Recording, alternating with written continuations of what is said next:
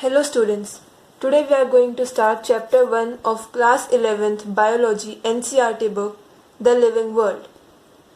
Starting with what is living. You should have a clear-cut idea of some definitive characteristics of living organisms. Number 1. Growth. Growth means either increase in mass or increase in number of the individual. In plants, growth by cell division occurs throughout their life, while in animals it occurs up to a certain age only. But to replace lost cell division occurs throughout the life.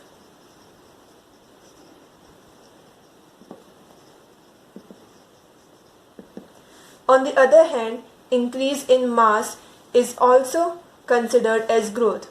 Now this growth can be seen in non-living organisms also, in non-living objects also. Take example of a mountain or sand mounds. They also increase their size or increase their mass.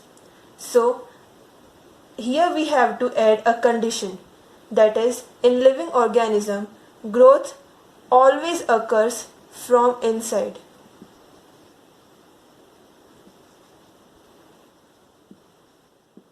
Never from outside. With this we conclude that growth cannot be taken as defining property of living unless the condition is mentioned. Hence it is said to be a characteristic of living organism.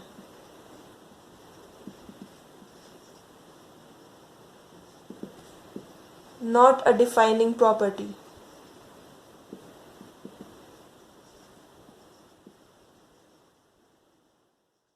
Number 2. Reproductions. Organisms reproduce sexually as well as asexually. In unicellular organisms like bacteria, amoeba, reproduction is synonymous with growth. That is, their increase in number is called their reproduction. On the other hand, in multicellular organisms, growth and reproduction are mutually exclusive events.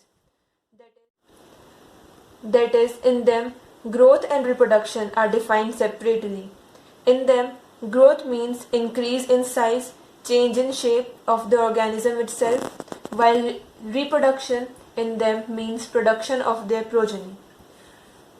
Now there are some organisms which do not reproduce at all. These are mules, sterile worker bee, infertile human couple. Hence, reproduction cannot be an all-inclusive defining property of living organism, as it does not include all living organisms.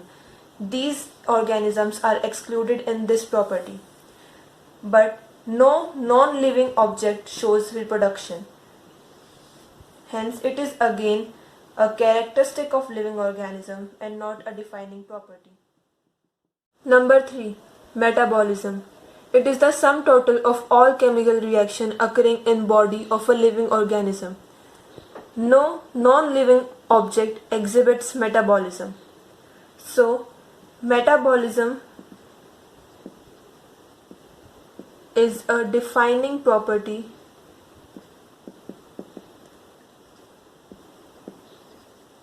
of living organism, as it is present in all living organisms without any exception. Isolated metabolic reaction in vitro, that is in laboratories, are not living things, but surely living reactions. Hence, cellular organization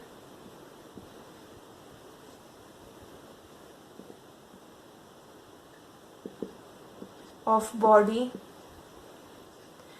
is also a defining property of living organism. Number 4. Consciousness, that is, being aware of surroundings and ability to respond to the stimuli.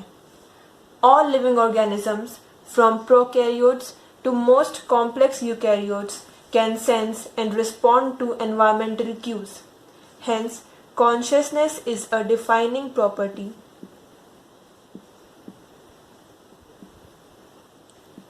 of all living organisms. While self-consciousness is seen only in human beings.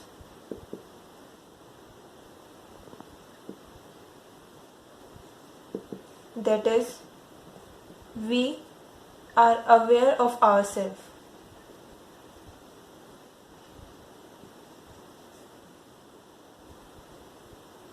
It is not seen in any other organism except human beings. Overall, we conclude that metabolism, cellular organization,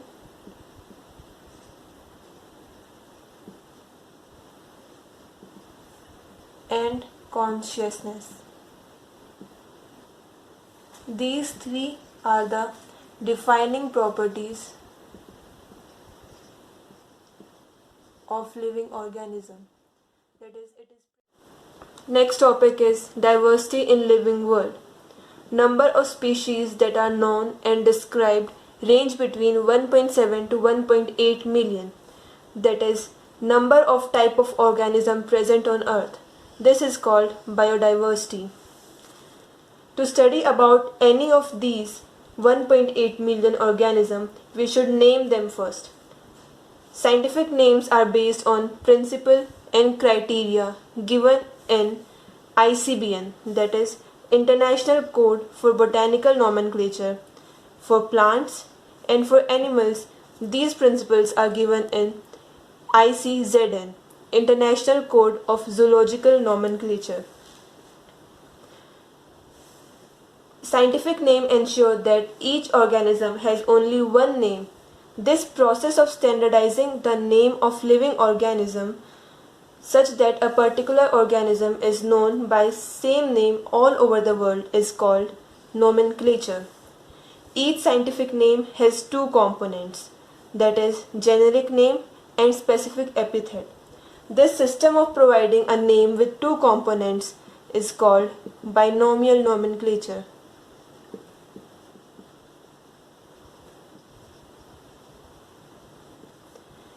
And this naming system was given by Carolus Linnaeus.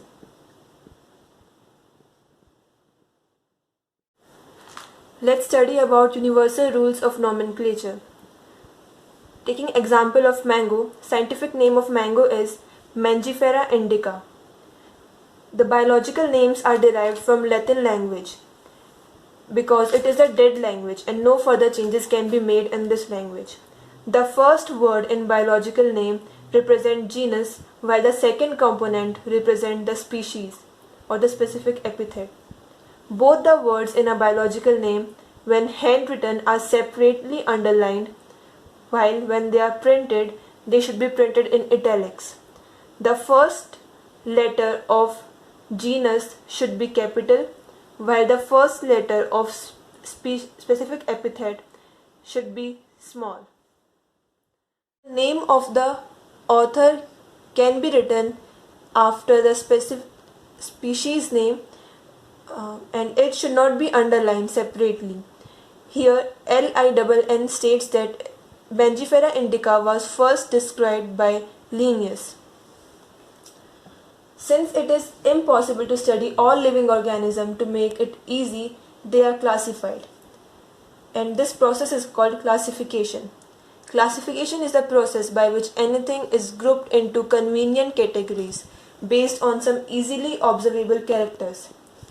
Scientific name for these categories is taxa. Taxa stands for categories at different levels. Let's take example of animal, mammal, and dog. These three are taxa, but dog is a mammal and mammals are included in animal category. So these three represents taxa at different levels. This study of classification is called taxonomy. Basic process of taxonomy are characterization,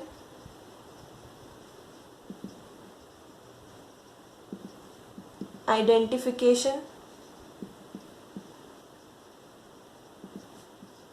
classification and nomenclature. Moving to next term, that is systematics. It is the branch of biological science that studies the distinctive characteristics of species and how they are related to other species through time. It is a Latin word which means systemic arrangement of organisms. Title of Linnaeus' publication of binomial nomenclature was Systema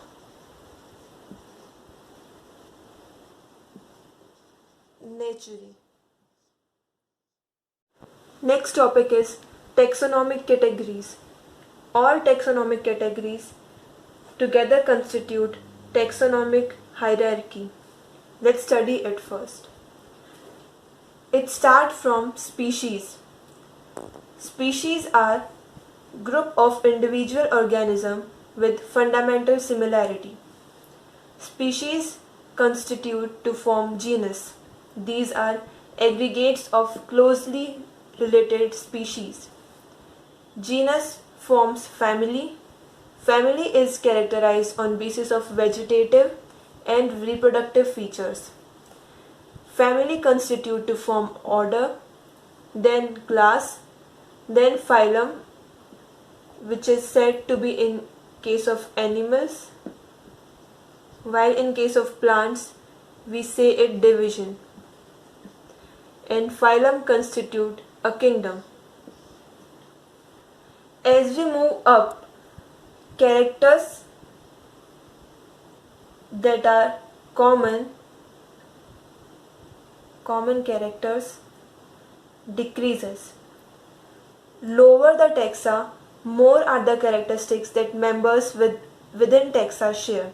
Higher the category, greater is the difficulty of determining the relationship to other taxa at same level. That is, number of common characteristics decreases. Here, let's take example of human beings.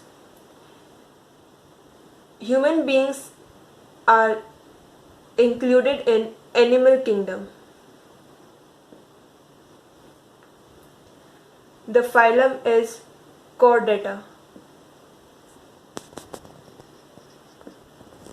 Class Mammalia.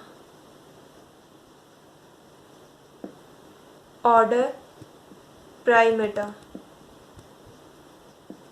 Family Hominidae.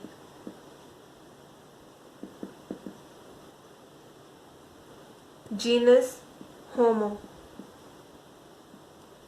And species name Sapiens. So the biological name of human beings is Homo sapiens. Next topic is taxonomical aids. These are collection of samples or preserved organisms which help in extensive research for identification.